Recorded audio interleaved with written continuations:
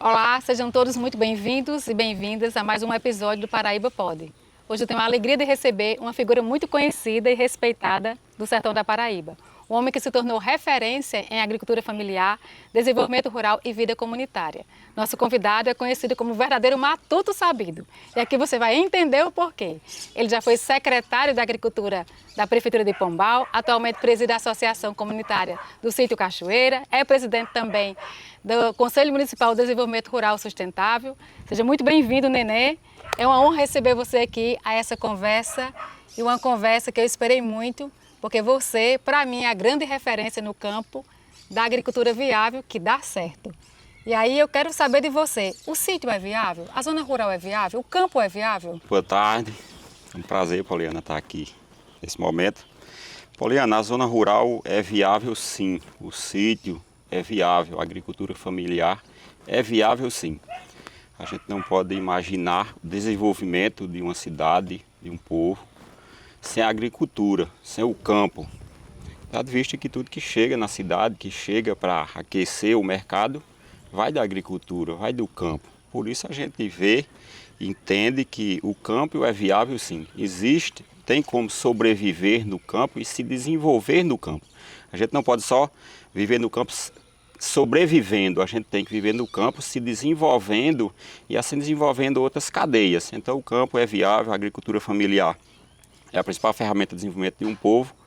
E como agricultor que sou, eu vejo, defendo e sei que a agricultura, o campo, o sítio é viável e a gente precisa viver no sítio buscando viver com dignidade. E para isso precisa daquele aquecimento dos poderes, do público, de injeção de recurso, para que a gente possa ter uma renda no campo.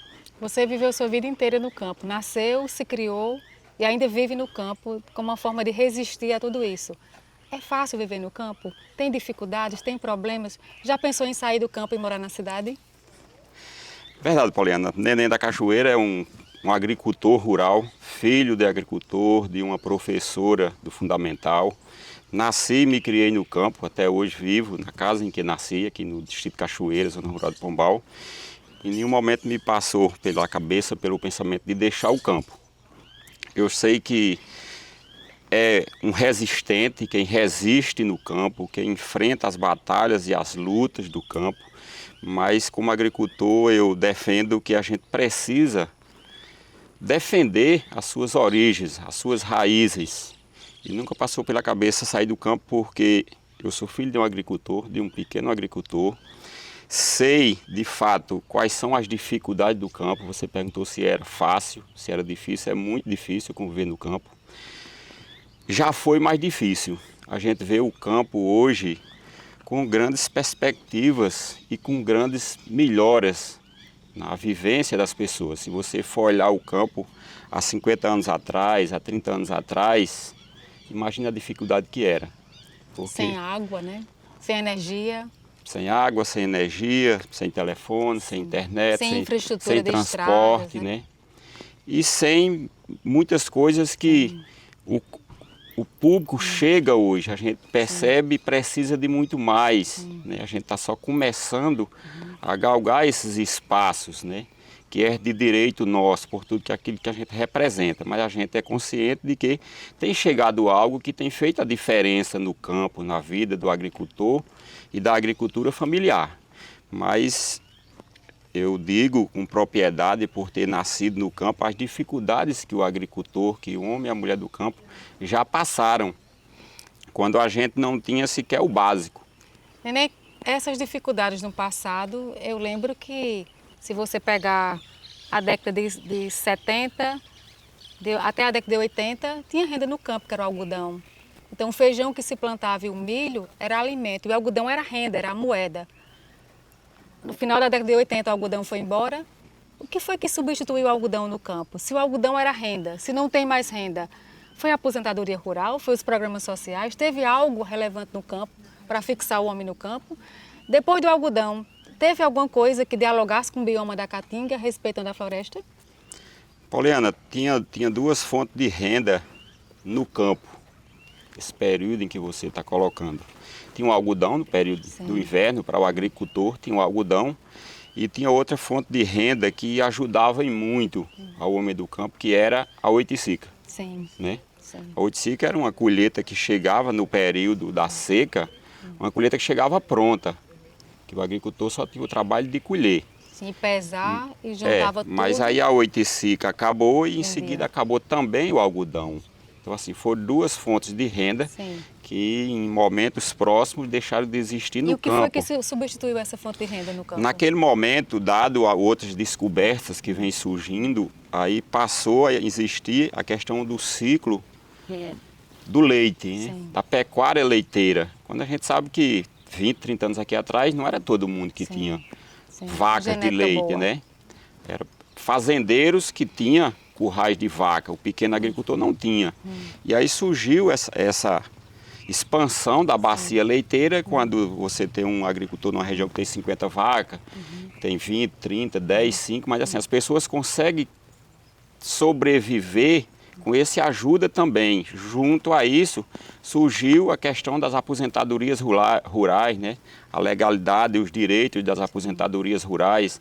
Então, assim, foram outras coisas que foram surgindo que se somou num conjunto de substituição à falta do algodão e da oiticica, que naquele momento era o que predominava como fonte de renda para a agricultura e para os É agricultores. possível viver de leite, criar, ter uma boa genética.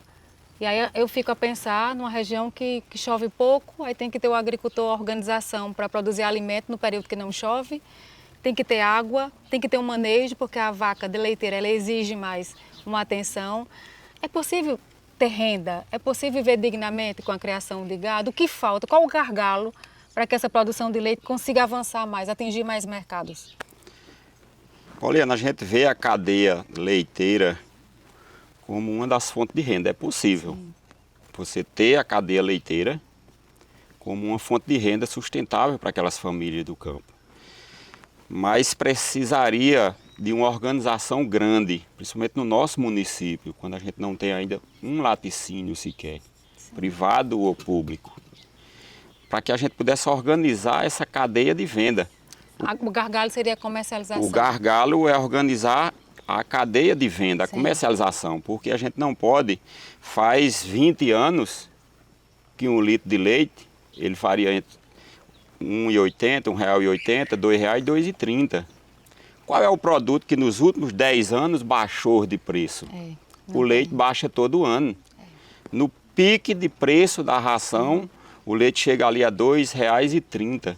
Mas agora, quando choveu, ele já baixou 20 centavos.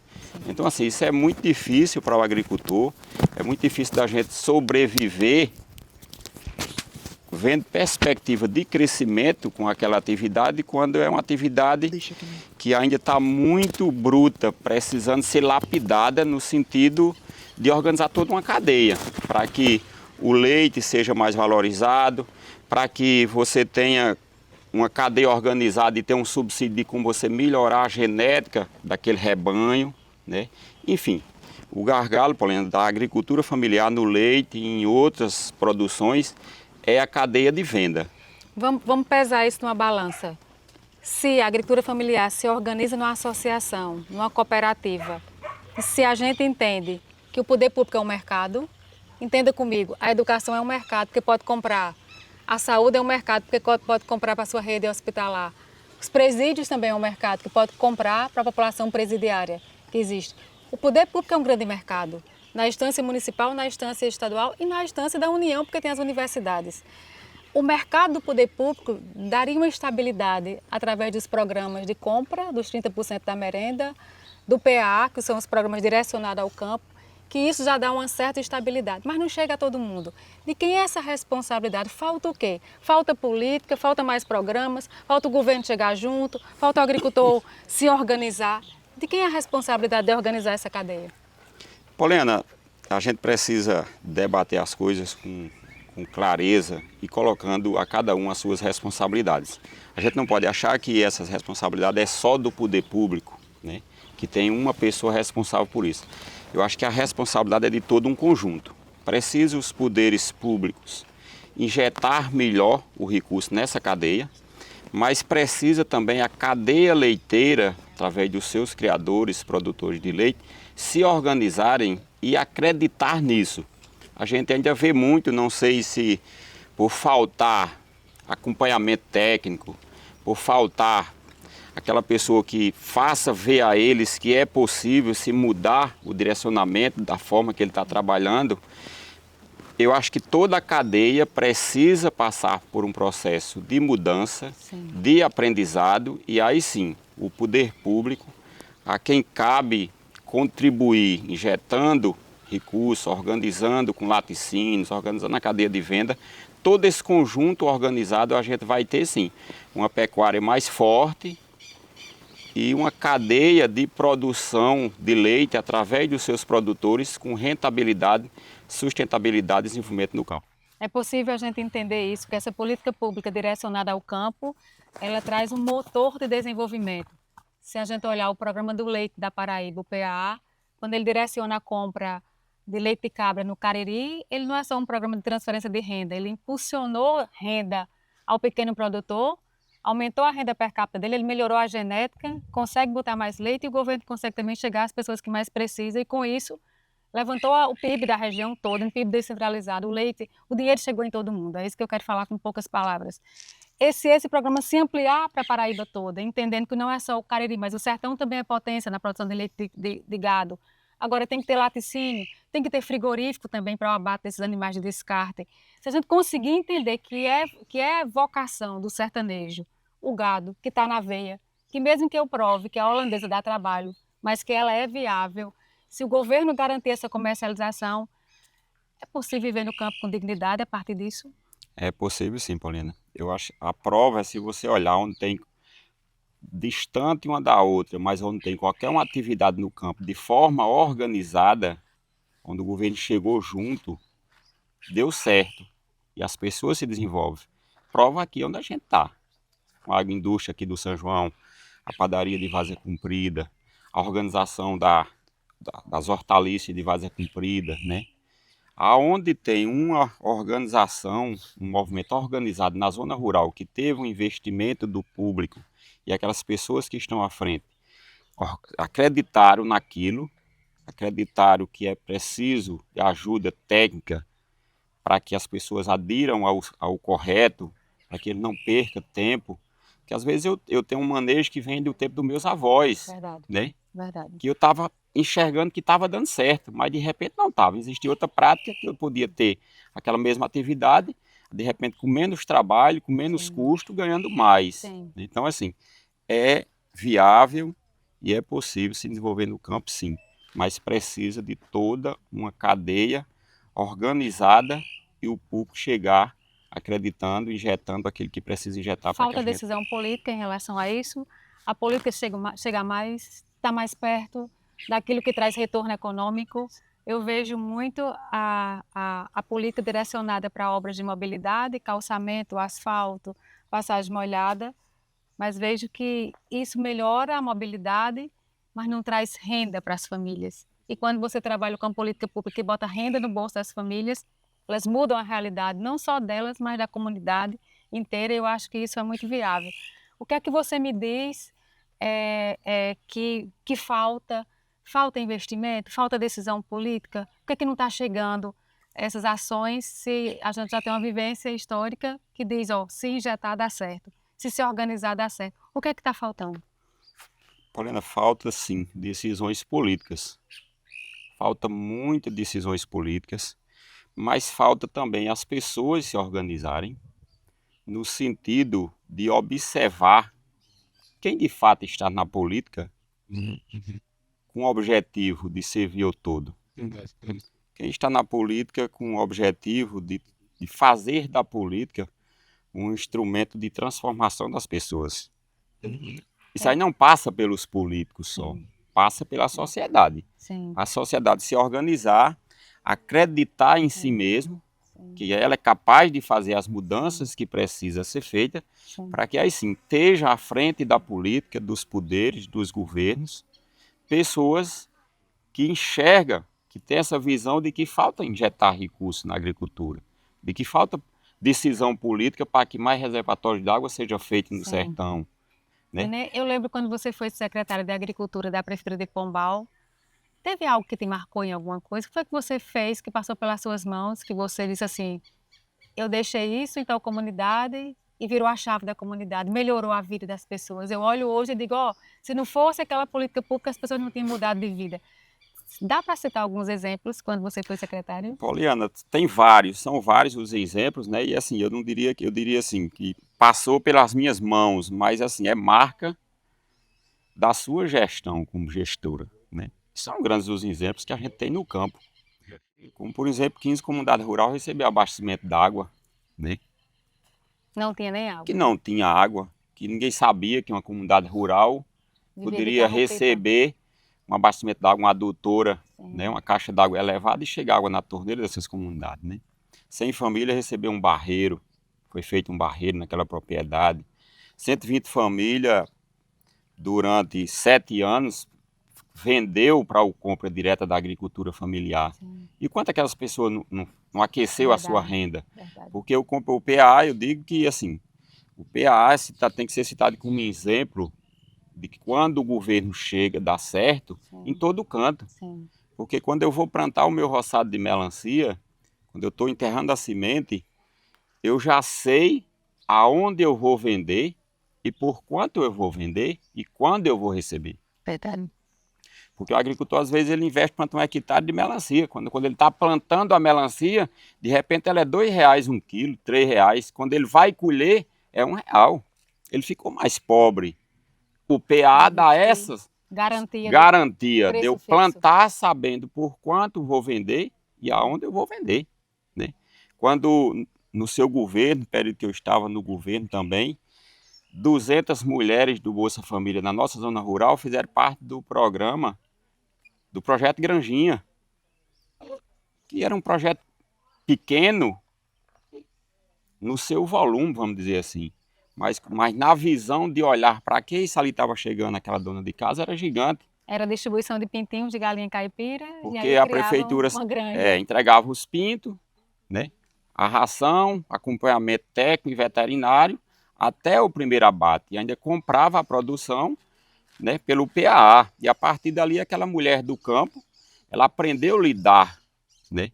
Ela percebeu que era possível ela saber lidar com galinha. Era uma atividade que ela, organizada, tinha como ela ganhar dinheiro com isso ali. Então, assim, foram grandes as mudanças que eu testemunhei naquele período, que muito valeu para o campo e que ainda hoje a gente vê muitos frutos daquele período, daquela passagem que foi muito marcante.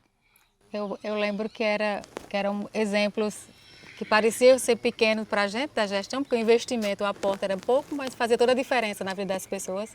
Não sei se você lembra que quando a gente lançou o projeto das galinhas caipiras, dos pintinhos, nós fomos entregar no assentamento de Jacu. E o veterinário demorou a vir dar o curso. E aí eu que disse, vamos, quem vai dar o curso sou eu, sou veterinária de formação. E eu vi a partir dali que as pessoas não sabiam criar galinha caipira, né? Elas não sabiam ter vantagens econômicas Isso. com a criação. E faltava isso, né? Chegar mais conhecimento, chegar mais... Como é que a gente consegue criar galinha e ter um retorno econômico viável?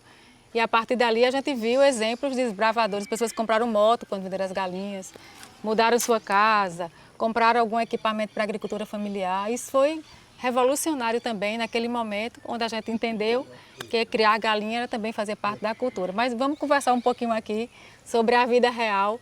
Eu lembro demais que a gente ria demais, eu achava muito legal a sua prosa, que eu dizia assim, esse ano não vai ter inverno.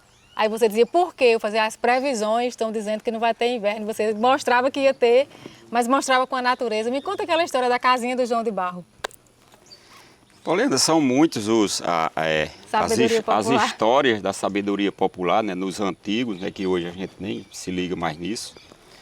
Mas assim, são várias as experiências que os antigos, né, e eu posso citar duas aqui, que aqueles senhores que até pela época não tinha acesso à imprensa, a noticiários, eles aderiam à sabedoria popular mesmo, né? Era comum no final do ano, né, Como é que vai saber aquelas se o próximo ano vai pessoas ir chover? para a mata, né? Porque a Sim. natureza é sábia, né? E tinha duas experiências que a gente ainda hoje vê, que era a questão da Joana, da casa da Joana de Barro, né? A Joana Sim. de Barro é um passarinho, Sim. e como todo passarinho, faz ninhos, né? Constrói seu Só ninho. que o ninho dele é de barro, né? Aquela casinha de barro, com a entrada de um lado, né?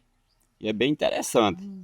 Aí os antigos olhavam e diziam, o inverno desse ano vai ser do norte, porque a casa de Joana de Barro, a boca está virada para o sul. Qual era o entendimento, né? Que a boca, como é aberta, não tem como ter porta, se ficasse de frente para onde vinha o inverno, ia desmanchar Sim, a casa, porque é de barro, né? Sim, Então, assim, tem essa experiência. sim. Então a chuva que vem do norte é um inverno melhor do que o inverno, se a boca fosse para o norte e o inverno vinha do sul, É, não era um inverno bom. sempre o inverno daqui é do norte e o nascente, né? Sim. Essa frente aqui, né? Que Então, são chuvas eles mais entendiam que intensas. quando a boca do passarinho estivesse virada para lá, o inverno ia ser bom, porque tendia a vir dessa região aqui. Quando estava virado para o nascente, dizia: eita, achou um ninho de Joana de Barro ali, a boca está prumadinha para o nascente. O ano vai ser fraco, né? Na chuva. É. E outros é olhar. E isso acertava com a ciência também?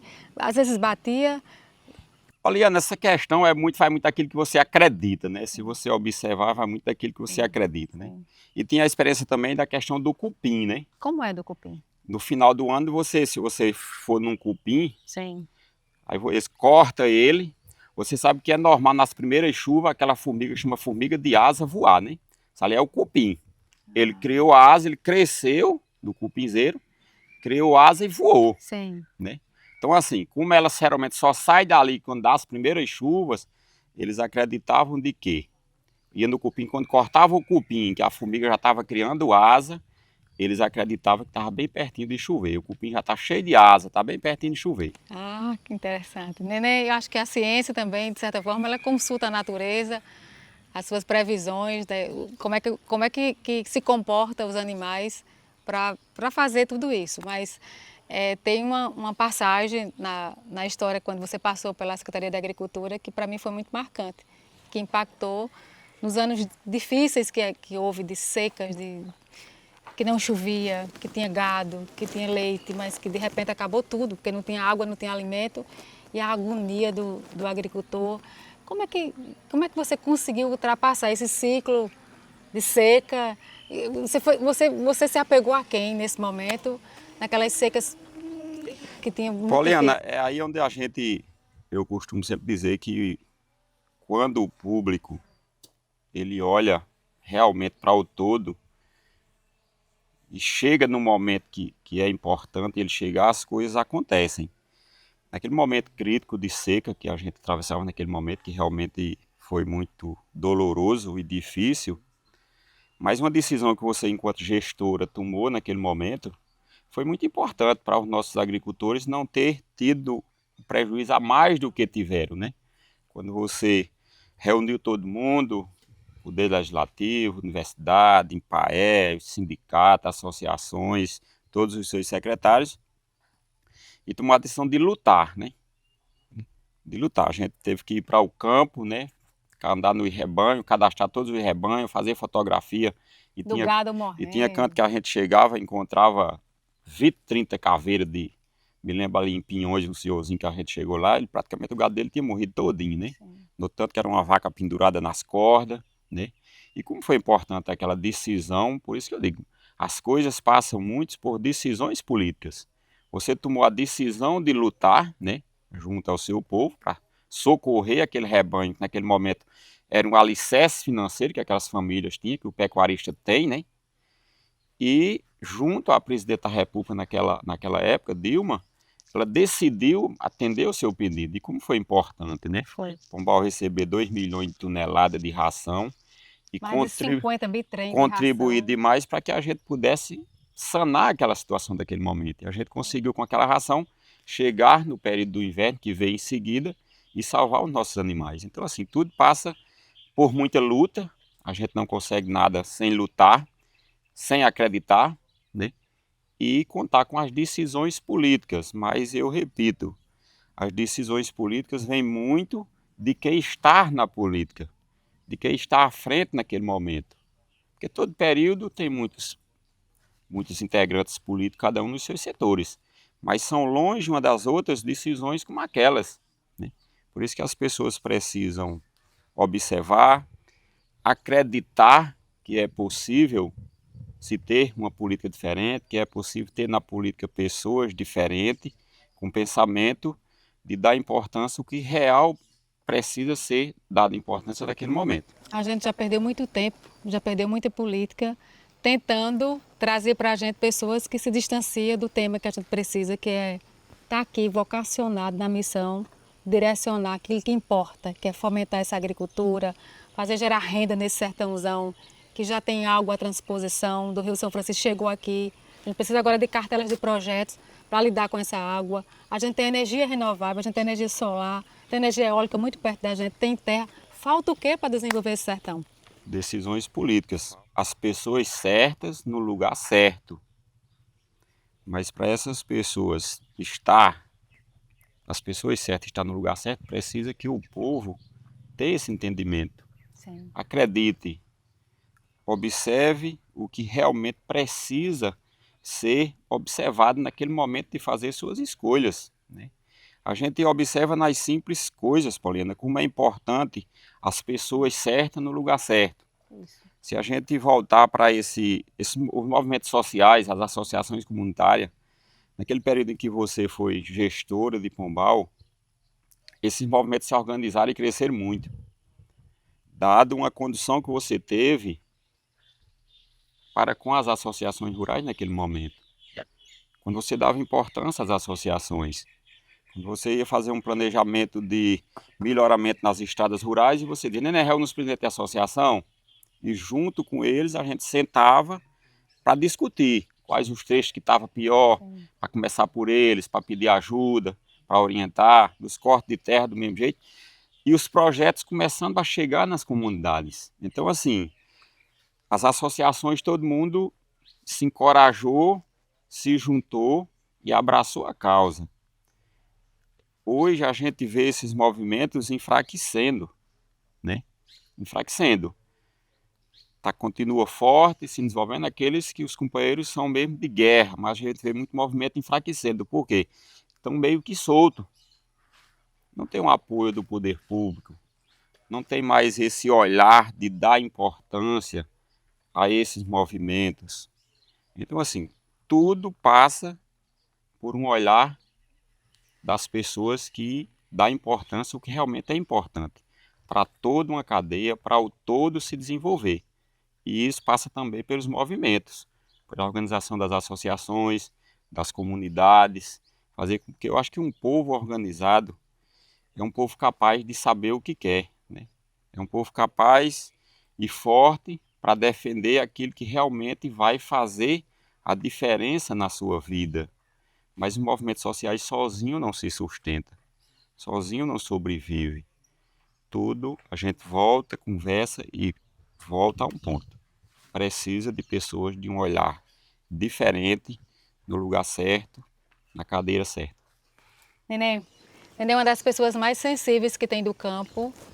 Para mim, é uma das pessoas que mais eu me inspiro, porque vive a agricultura familiar, mora no campo, sabe a realidade, sabe os gargalos, sabe as soluções, trabalha de forma horizontal nas associações, na escuta necessária para que a tomada de decisão seja orientada.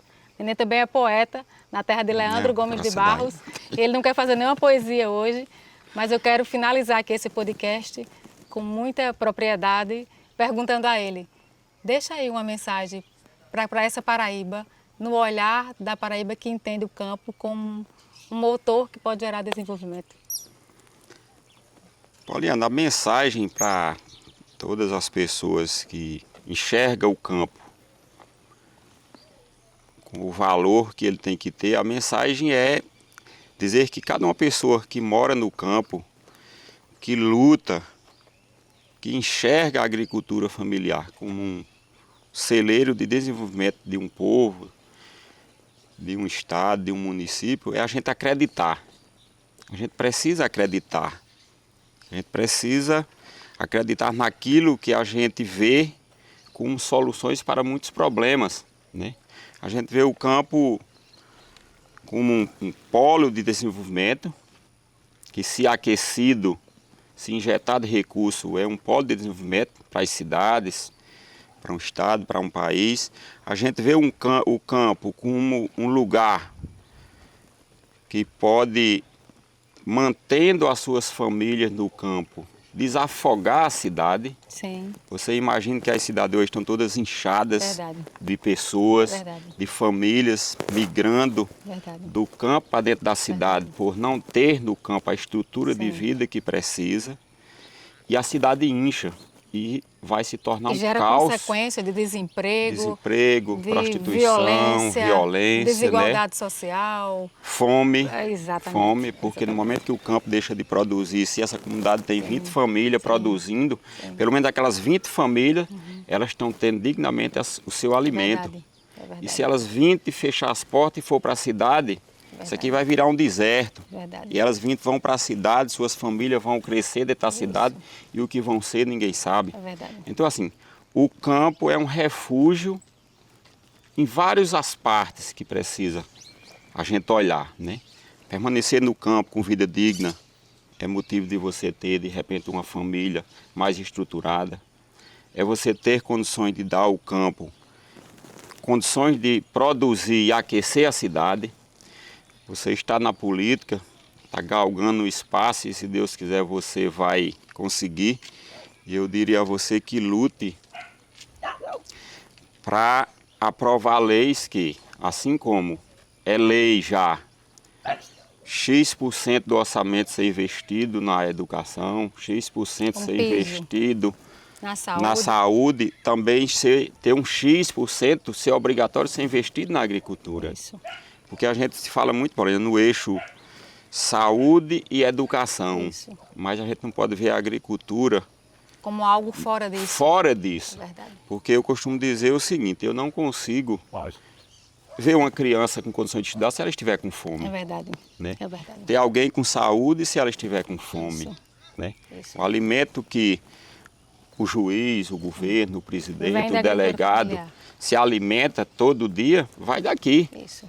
E por que a gente não ter segurança de recurso investido no campo? Isso. Então a mensagem é essa. O agricultor precisa acreditar no que ele sabe fazer e os governantes precisam enxergar que a agricultura é sim o primeiro passo, a primeira ponte de desenvolvimento de um povo. Quero agradecer a você, Neném, pela nossa participação aqui no Paraíba Pode. Dizer que você é desses paraibanos arretados. Eu tenho o maior orgulho de dizer que pegue nas suas mãos e passa para mim muita sabedoria, sabedoria da natureza, da terra e dos homens de bem, que quer ver o bem comum. Obrigada, viu? Gratidão. Prazer foi meu, companheira. Prazer Obrigada. foi meu, é um prazer estar aqui, é um prazer poder contribuir com esse momento e tenho a certeza que estaremos sempre juntos, porque você me representa. Simbora.